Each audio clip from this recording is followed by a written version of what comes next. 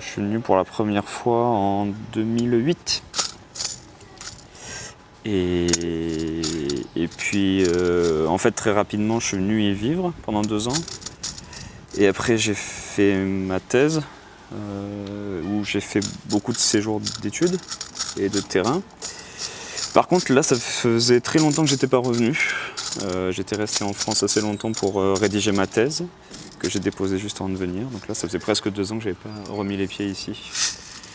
Quand François a monté la mission, après la première année où il était venu avec Romain la première année pour un peu tâter le terrain, il m'a proposé de venir pour une mission de terrain ici, couplée avec une autre mission de terrain organisée par François-Xavier Fauvel dans la Fare.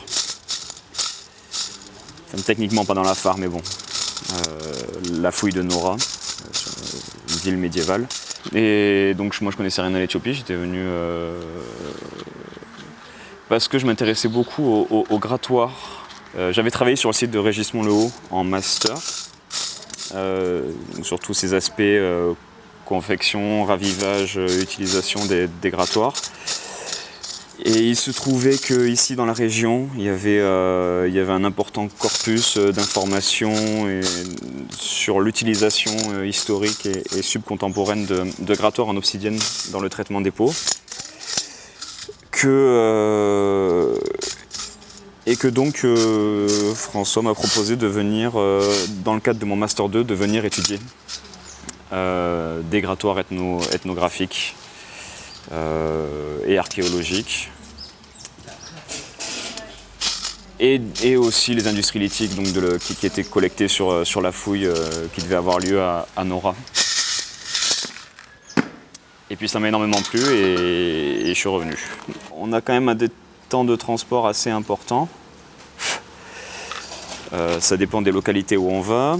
Vu qu'on est quand même des équipes assez légères avec pas beaucoup de matériel, qu'on installe tout chaque jour, on n'a pas de gros temps d'installation, on fonctionne avec pas beaucoup de matériel. On a du coup des demi-journées qui sont pas très longues en fait au final. Et on fait des pauses déjeuner assez courtes et on se remet assez vite au travail pour partir. Le gros impératif c'est de jamais rouler de nuit. Donc quand là par exemple les derniers jours on a travaillé au DKOED, on a 1 heure de trajet incompressible entre la voiture, entre l'endroit où les voitures sont garées et l'hôtel.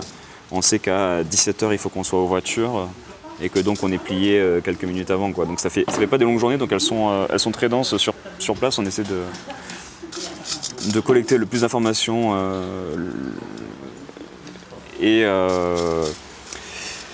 quitte à avoir du traitement plus que sur une fouille dans d'autres conditions à faire a posteriori. Là par exemple sur place on n'avait pas le temps de tout tamiser, donc on a prélevé toute la fraction grossière, on a juste tamisé pour enlever le sédiment fin. On a tout prélevé et là on passe la journée à tout retrier et tout reconditionner, ce que sur d'autres fouilles on pourrait faire sur place. Il faut réussir à concilier les exigences scientifiques avec les contraintes matérielles. On ne fait pas les choses dans les mêmes conditions que dans une fouille en Europe, ça c'est sûr. On identifie des moments d'occupation et des types d'industries lithiques par exemple qui sont totalement inconnus, donc c'est assez excitant. Gallagher, c'est un Américain. Gallagher, à la limite là où on est, c'est... Allez, on pourrait considérer que c'est un des premiers à avoir, en préhistoire, à avoir travaillé ici. Il a fait une thèse dans les années 70 au Texas. Lui s'intéressait à la fois à l'ethnoarchéologie et à la fois à la préhistoire. Donc il a beaucoup décrit le travail des tanneurs qui utilisaient des grattoirs en obsidienne. Et il a par ailleurs fouillé des sites et essayé de mettre ça en perspective de ces données. C'est très anglo-saxon comme approche, mais c'est très intéressant. Enfin, pas mais, et c'est très intéressant. Après, vu les sites qu'il a pu étudier, etc., c'est un peu tiré par les cheveux, mais il a fait des descriptions très honnêtes. Et il a notamment fait des descriptions du travail des tanneurs et de tout ce qui concerne la fabrication et l'utilisation des grattoirs en obsidienne qui sont vraiment très intéressantes et très très modernes. En préhistoire, les recherches archéologiques dans le pays ont été interrompues pendant les années 80. Donc il fait partie de toute cette génération, enfin pas de toute cette génération parce que certains sont revenus après, mais il fait partie de ces gens qui sont partis vers d'autres horizons à ce moment-là et sont plus revenus travailler ici. Il y a plein de gens qui ont fait des thèses dans les années 70 ici et qui ne sont jamais revenus. Du point de vue de la préhistoire, on a du mal à réaliser les décalages qu'il peut y avoir dans l'état des connaissances entre différentes régions du monde. Donc ici, c'est une région qui est très bien connue parce qu'il y a tout le temps des découvertes extraordinaires. C'est un endroit qui est célèbre partout dans le monde pour la préhistoire et la paléontologie. Et du coup, on a du mal à maîtriser l'ampleur des inconnus. Et donc du coup, je pense que c'est le principal apprentissage sur les décalages par rapport à travailler, plutôt que de travailler uniquement en Europe où les cadres sont quand même extrêmement bien connus et où c'est du travail de détail et c'est des spécialités très, très spécifiques et des problématiques très très très détaillées. Ouais, c'est toujours bien de se frotter. Je ne vais pas mentir, c'est parfois pénible. C'est un peu quand on vient de France, l'omniprésence de la religion, le fait qu'il n'y ait pas vraiment on n'est pas vraiment, plus vraiment d'intimité, des choses comme ça, c'est assez fatigant.